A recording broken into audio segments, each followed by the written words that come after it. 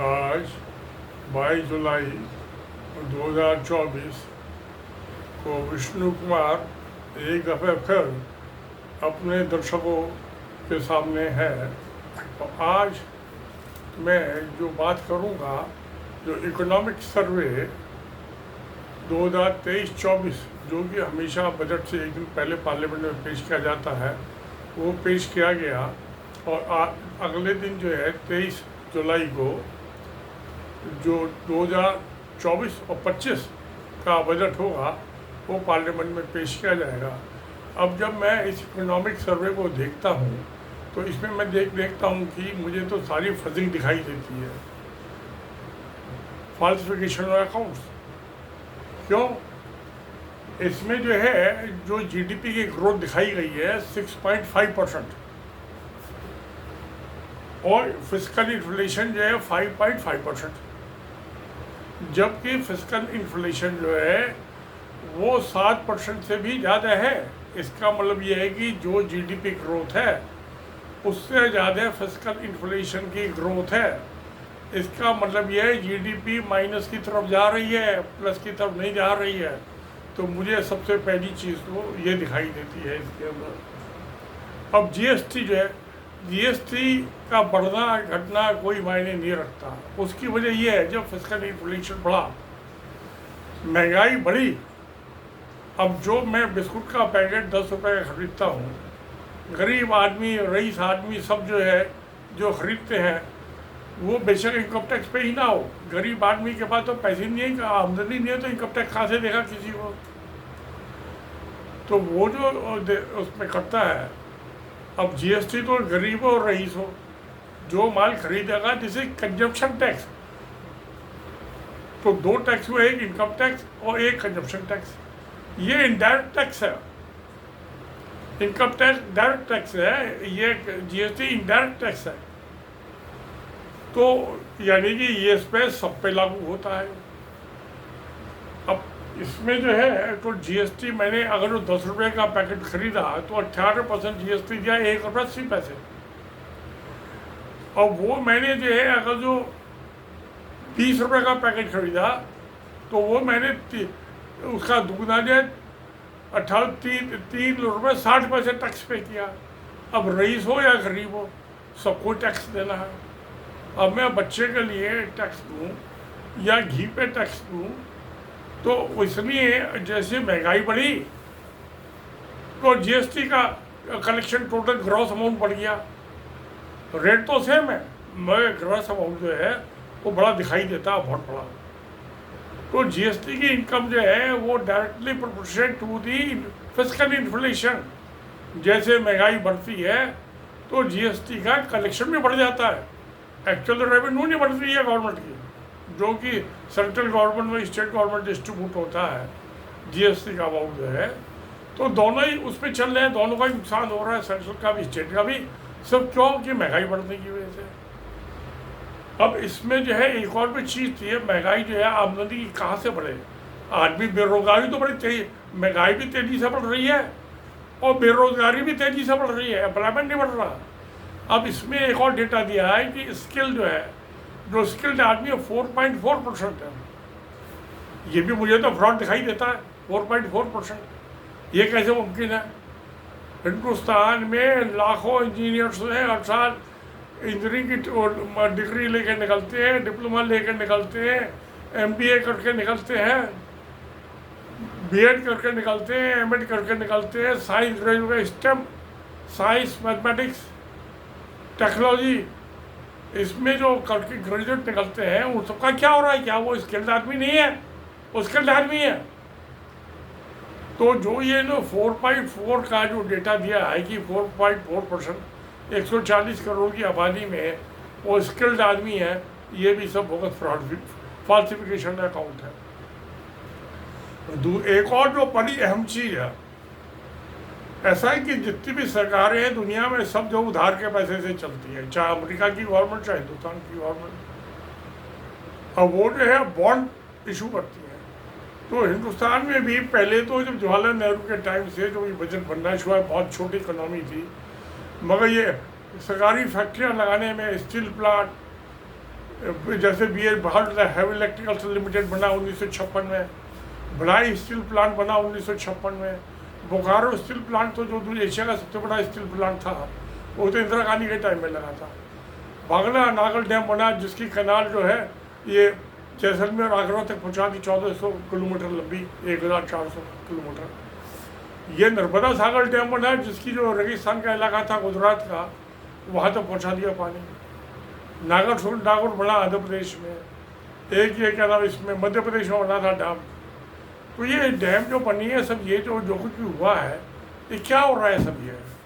तो इन्होंने अच्छा वो बॉन्ड बेचते हैं, सरकार जो है वो बॉन्ड बेचती है अपनी, वो बॉन्ड है उधार है, उसका कूपन रेट होता है कि भाई इतना कूपन है, यानी एक किस्म का इंटरेस्ट रेट, जिसको कूपन रेट भी इंटरेस्ट रेट, कि उस पर जब वो मैच्योर होगा बॉन्ड तब आपको जो बॉन्ड होल्डर है उसको पैसा में ब्याज के बैंक कूपन रेट के पर मिल जाएगा उसको। उसमें इंटरेस्ट का रेट बहुत कम होता है क्योंकि डॉलर ट्रम्प के होते हैं। तो सब सरकारें जो है 5 साल से 7 साल के ये कूपन बॉन्ड इशू कर रही थी। अब इस महामूर्ख जो है ठग ने, गुजराती ठग ने पिछले 14-10 साल के अंदर 50 साल के 50 ईयर्स के ये बॉन्ड इशू कर दिए रिजर्व बैंक के थ्रू। 50 साल का क्या मतलब ये है कि जो मेरे ग्रैंड चिल्ड्रन हैं, आपके ग्रैंड चिल्ड्रन जो है वो उस बॉन्ड को जो है जब उसको जो सरकार टैक्स से पैसा वसूलेगी उससे बॉन्ड होल्डर को उसका पैसा देगी। तो ये 50 साल का जो बॉन्ड इन्होंने इशू किया है, 50 ईयर्स, 2 जनरेशन निकल जाती है। तो ये तो बड़ा ही अन्याय हुआ है। जो बच्चा पैदा नहीं हुआ उसके ऊपर भी आपने टैक्स लगा दिया, बोझा डाल दिया उधार का। ये क्या सरकार है? ये तो गैर इंसानियत है, हैवानियत है, हमायत। ये जो बच्चा पैदा नहीं हुआ उसको भी उधार के कर्जे में लाद दिया आपने। तो इसका कोई जिक्र नहीं है कि कितने बॉन्ड इशू है, कितने साल के थे इसमें इकोनॉमिक सर्वे में। तो शायद देखता हूँ कल जो है वो आएगा बजट, उसमें क्या देखेंगे। मगर मेरा जो है मैं बहुत सालों से बजट को एग्जामिन कर रहा हूँ। अब तो मैं 80 साल का होने लगा, सितंबर से मुझे 80वां साल लग जाएगा। अभी अगस्त तो जुलाई तो चल ही रहा है और 1.5 महीने 2 महीने बाद मैंने बहुत बजट देखी। ये बजट है किसके लिए? फॉर हुम, बाय हुम? ये बजट जो है जो टॉप के 20% आदमी होते हैं सोसाइटी में, बड़े इंडस्ट्रियलिस्ट, साहूकार, हाई इनकम वाले, और 20% आदमियों के लिए बजट होता है। जो नीचे के 20% है, बॉटम के 20% है, उनका बजट से कोई लेना देना ही नहीं है। कोई लेना देना नहीं उनको बजट से। उनकी बला से भाड़ में जाए बजट और बजट बनाने वाले। तो एक भी ये चीज़ है। अब ये कहते हैं जी गरीबी कम हो रही है या ख़त्म। कहाँ भाई, कौन सी गरीबी ख़त्म हो रही है? जब आप 5 किलो अनाज, जबकि 100 करोड़ आदमी उसके एलिजिबल हैं, जो अगर 1911 के मरदमशुमारी सेंसस के बेस पर राशन कार्ड इशू में है, और आप उनको राशन दे रहे हैं 5 किलो मुफ्त अनाज, नहीं तो भूखा मर जाएगा वो। अगर जो उनकी इकोनॉमिक हालत अच्छी हो गई तो वो उनको 5 किलो अनाज देने की क्या जरूरत थी, गेहूँ या चावल? तो ये भी झूठी बात है।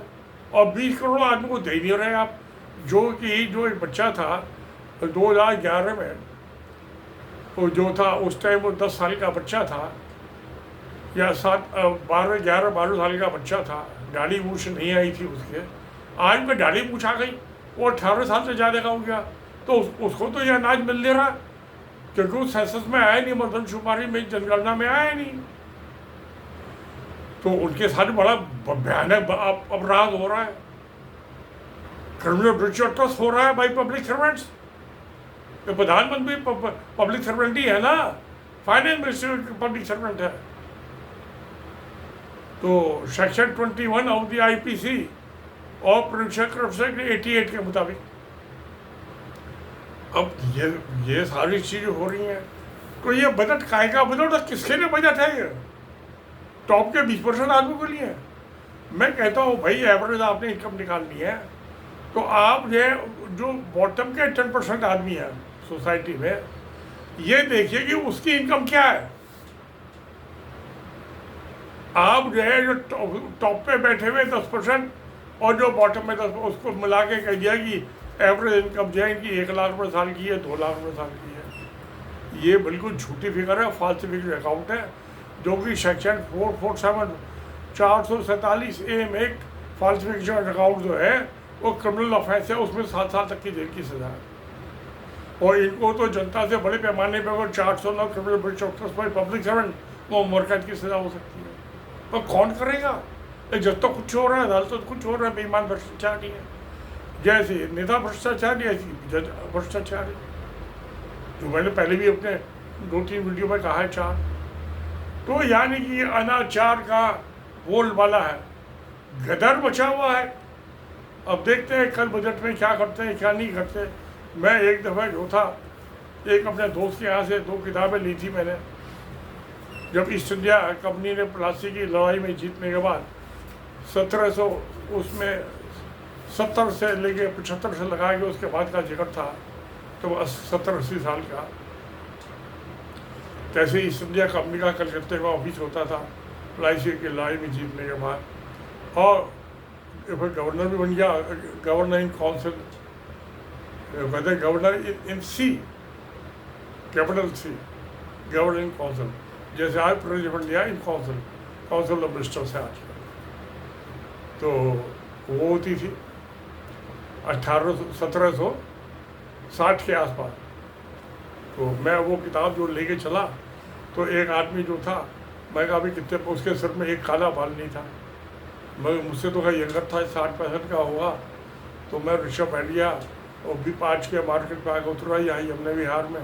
तो मैंने उसके हाथ में किया, मैं कहा भैया पकड़ ले जा, मैं रिक्शा से उतर रहा हूँ, बुढ़ा आदमी मैं, ब्रेक लगा कर रखना, कभी हिलना जा, मेरे को हड्डी वड्डी टूट जाए मेरी। तो उसने मेरी किताबें पढ़ी, किताब उसका हाथ में, वो किताब देख के, वो इंग्लिश में थी किताब, तो उसने कहा कि ये किताब जो है ये तो बहुत पुरानी किताब है। मैंने कहा तुम अंग्रेजी पढ़ लेते, आप पढ़ लेता हूँ। मैंने कहा तुम्हें पढ़िए किताब? कहता नहीं, देखी थी मैंने ये कलकत्ते में किताब। तो एक इंग्लिश पढ़ा लिखा आदमी रिक्शा चला रहा है, उसके सिर में काला बाल नहीं, और जिनके सिर में काले बाल हैं वो बैटरी ऑपरेटेड जो रिक्शा चला रहे हैं। वो ये देख के तो मुझे बड़ी हैरानी हुई, तकलीफ भी हुई दिल को कि ये क्या हैवानियत हो रही है। तो अब जो है तो है सोसाइटी में, क्या मैं तो उतर के आ गया। मैं उस बुढ़े आदमी के लिए मुझे आज भी अप्रिशिएशन है कि वो अंग्रेजी में पढ़ा लिखा आदमी है और रिक्शा चला रहा है दिल्ली के अंदर। ऐसे आदमी तो बैटरी वाली रिक्शा सरकार को दे देनी चाहिए। नहीं हो रहा है, अन्याय हो रहा है।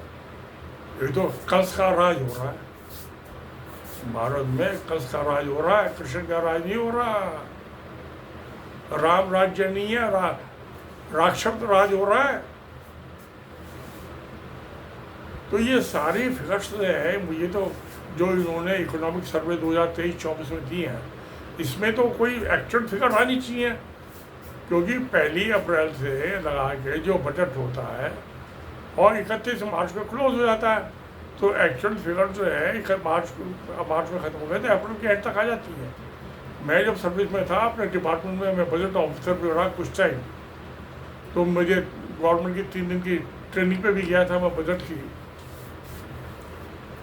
तो मुझे याद है सब ये। तो आज भी तो मुझे तो कुछ ये इकोनॉमिक सर्वे बाद ये धोखाधड़ी के सिवा कुछ दिखाई नहीं दी। अब देखते हैं, कल जो है 23 तारीख को बजट भी आएगा। हालांकि मुझे तो वही पेंशन मिलनी है, कोई सरकार आए कोई जाए, कोई राजा हो कोई रंग हो, मेरी भला से। तो ये जो सब हो रहा है, अब देखते हैं कल बजट में क्या होगा 23 तारीख को। अच्छा भाई, सब तगड़ा शो हो, सत्यमेव जयते, नमस्कार।